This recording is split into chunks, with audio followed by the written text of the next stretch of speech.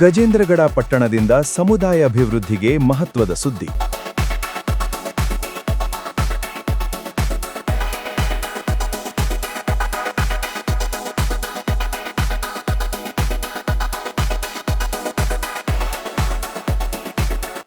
ಪಟ್ಟಣದ ಐತಿಹಾಸಿಕ ಟೆಕ್ಕೇದ ಭಾವಾನವರ ದರ್ಗಾ ಆವರಣದಲ್ಲಿ ನೂತನ ಸಮುದಾಯ ಭವನ ನಿರ್ಮಾಣಕ್ಕೆ ಇಂದು ಭೂಮಿ ಪೂಜೆ ನೆರವೇರಿತು. ಕಾರ್ಯಕ್ರಮಕ್ಕೆ ಖನಿಜ ಅಭಿವೃದ್ಧಿ ನಿಗಮದ ಅಧ್ಯಕ್ಷರು ಹಾಗೂ ಶಾಸಕರಾದ ಜಿಎಸ್ ಪಾಟೀಲ್ ಚಾಲನೆ ನೀಡಿದರು.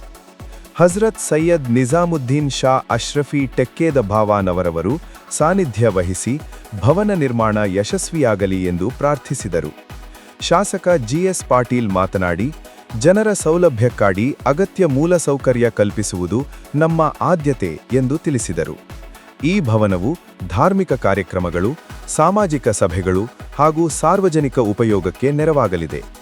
ಕಾರ್ಯಕ್ರಮದ ಅಂತ್ಯದಲ್ಲಿ ಭಕ್ತರಿಗೆ ಪ್ರಸಾದ ವಿತರಣೆ ನಡೆಯಿತು.